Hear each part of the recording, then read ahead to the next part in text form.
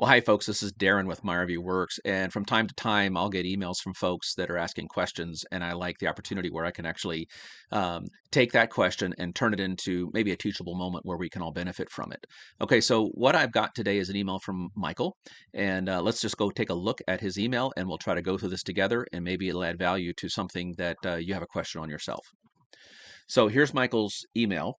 And I want to thank Michael for this comment here about our production value of our our videos. Hey, I'm an amateur. I was an engineer for a long time. I did not do anything with video and stuff. So it's always nice to hear folks when they tell we're doing the right thing, because it is not my background, but we're just doing it. And I think that goes to show you that anybody could do a YouTube channel too. So get out there, and I'm just using my phone. So have fun with that. But his question is, he's got an Atwood 8531 and he wants to convert it to an 8535. So from a 31,000 BTU to a 35,000 BTU. Now these Atwood furnaces are the older furnaces. The fact that it says 85 here, that tells us that that series started in 1985. So it's a very old furnace. So before you do too much to it, let's do a full annual inspection on that thing. Let's make sure that the heat exchanger is not cracked.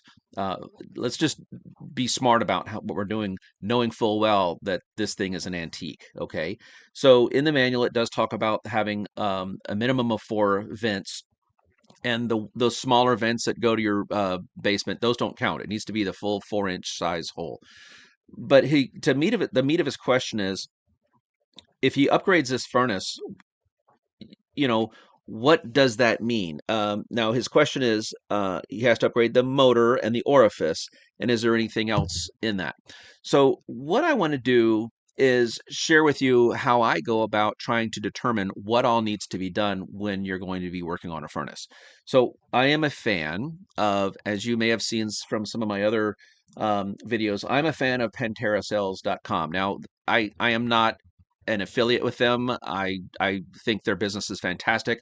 When we started our business in Texas, um, we used them. They kind of got us going, got us taken care of on things like that. So that's my relationship with them. We're now up in Washington, and we buy things from a different vendor, more local to us. But anyway, got a lot of love for them. But no, I make nothing from that relationship. I just feel that what Pantera Sales is doing and has done is fantastic for mobile RV service folks.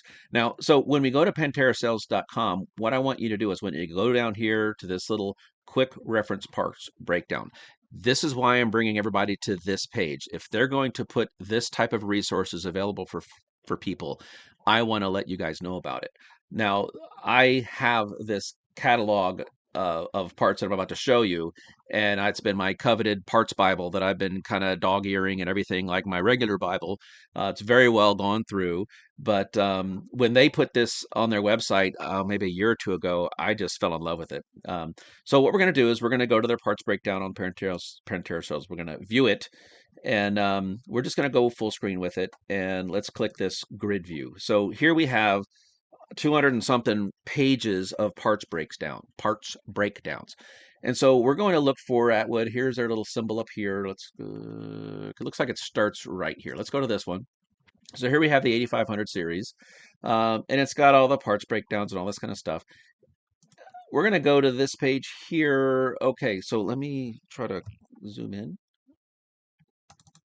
There we go. Yay. Okay. So here we have the 85, 31, and the 35. So all these little X's tells us the differences between these two. So here's your 31, your 35, cruise on down. Okay, here is our first difference. So we're going to come across. So here's our orifice sizes. So your 31 has the number 52, and your 35 has a number 51. So here would be part numbers that you can reference. Now, when you go search for these part numbers here, more than likely these are the old part numbers and they've made new part numbers, but it's a great place to start. So more times than not, I'll punch in this part number and it's like, oh, it's been superseded by this other part number. But at least you know this is where you start. Okay, so first thing you'll need to do is you'll upgrade that orifice size. Cruising on down, they're the same. Okay, here we have some more differences. So this has to do with the circuit breaker size. The 31 has a 10 amp breaker and the 35 has a 15 amp breaker. This is with a door and without the door. So those are some differences. Cruising on down to the same. Let's go over to this side here. The 31 and the 35, same. Okay, here we go, something different. Here's your motor that you were referencing. So you have different volume of airflow through the motors. So here would be the old one and the new one.